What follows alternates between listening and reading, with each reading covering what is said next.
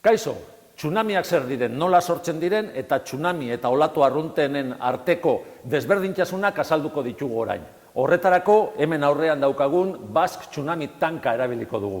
Badakizu, Euskal Herrian zerbaitik garrantzia eman nahi bazaio, inglesezko terminoak erabili. Bueno, lehen da bizi, olatuak zer diren komentatuko dugu. Olatuak, haizeak uraren gainazalean eragindako uinak dira. Olatuen tamaina handiago edo txikiago izango da haizearen indarraren arabera. Eta haizearen eragina gehien jota 50 metrotako sakoneraraino iristen da.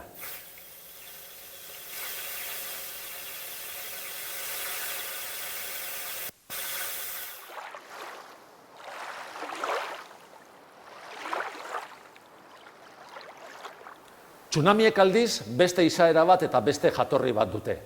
Tsunamia hitza bera japoniarra da, naiz eta gaur egun mundu mailan ezaguna den, eta gainera gauza askotarako erabiltzen da. Baina berez, japonieraz esan nahi du portuko olatua, portuan barneratzen den olatua.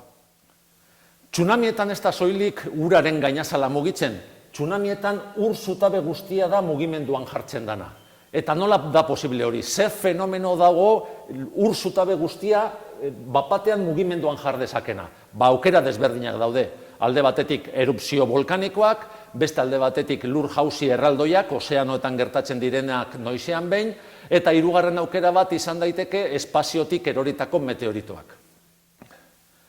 Baina tsunami gehienen jatorria, 180 gutxi gora bera, ozeanoetan epizentroa duten lurrikaretan aurkitu behar dugu. Lurrikarak dira tsunamiak eragiten dituzten prozesurik arruntenak. Baina edozein lurrikarak ez du balio tsunamia sortzeko. Beharrezkoa da Richterren eskala 6,5 baino magnitude handiagoko lurrikarak sortzea. Eta gainera lurrikara hori azalean gertatu behar da.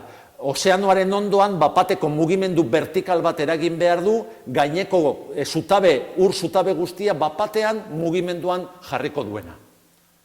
Kasu gehienetan, tsunamiak eragiten dituzten lurrikarak plaken arteko muga konvergentetan gertatzen dira, subduzio eremuetan. Bertan, plaka ozeaniko bat barneratu egiten da bestearen azpitik, eta hor pilatzen diren esfortzu izugarriak noizean behin askatu, eta bapatean ozeanoaren ondoan mugimendu vertikalak eragiten dituzte. Mugimendu vertikal horiek 2-3 metrotakoak izatean nahiko dira. Baina horrek eragiten duena da gaineko ur zutabe guztia bapatean mugimenduan jartzea. Eta horrek sortzen duen desoreka da tsunamien jatorria. Basque Tsunami tankean horrelako mugimenduak simulatzeko bloke hau erabiliko dugu. Bloke hau sartuko dut, barneratuko dut bapatean uretan, eta sortuko dugu bapateko mugimendu bat. Eta ikusiko dugu mugimendu horrek eragiten duen uina nola aldatzen den ozeano zabaletik eta plataforman zehar kostaldera iristen den bitartean.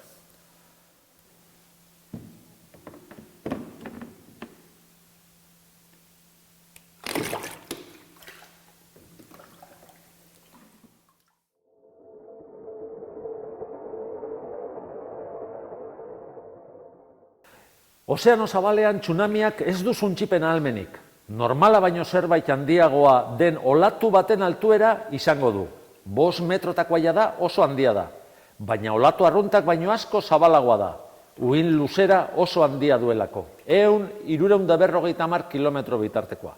Eta asko azkarrago mugitzen da. 700 kilometro orduko abiadurarekin. Tsunamiek bere ahalmen suntsitzailea kostaldera iristen direnean krudelki erakusten dute.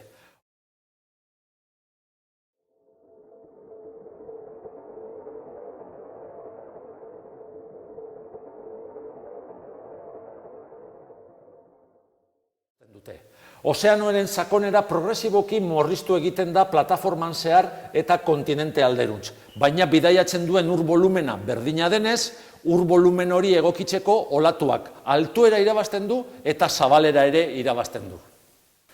Tsunamiak ozeano zabalean 2 metroko altuera badu, kostaldetik gertu 12 metrotako olatua sortuko du. Eta ozeano zabalean 5 metroko altuera duenean, kostaldean 10 pisutako eraikin baten altuera lortuko du. Tsunamiaren abiadura ere izugarri murrizten da. Ozeano zabaleko 700 kilometro ordutik kostaldeko 25 kilometro ordura pasatzen da. Ondorengo taulan laburbiltzen dira olatuen eta tsunamien arteko desberdintasun nagusiak. Horrela, haizeak sortu eta surfeatutako olaturik handienak 25 metrotako altuera izan du. Krakatoa bolkanaren erupzioaren eraginez sortu zen tsunamiarekin lotutako olatuak 56 metrotako altuera lortu zuen kostaldean. Dinosauruen desagerpena eragin zuen meteoritoaren erorketak sortu zuen tsunamia 100 metrotako altuera lortu zuen. Eta rekorra Alaskan gertatu zen. Alaskan sortutako lur jausi baten eraginez garatutako tsunamiaren olatua 456 metro lortu zituen kostaldean. Hau izan da gaurkoz tsunamiei buruz esateko geneukan guztia. Hurrengora arte eta gora geologia!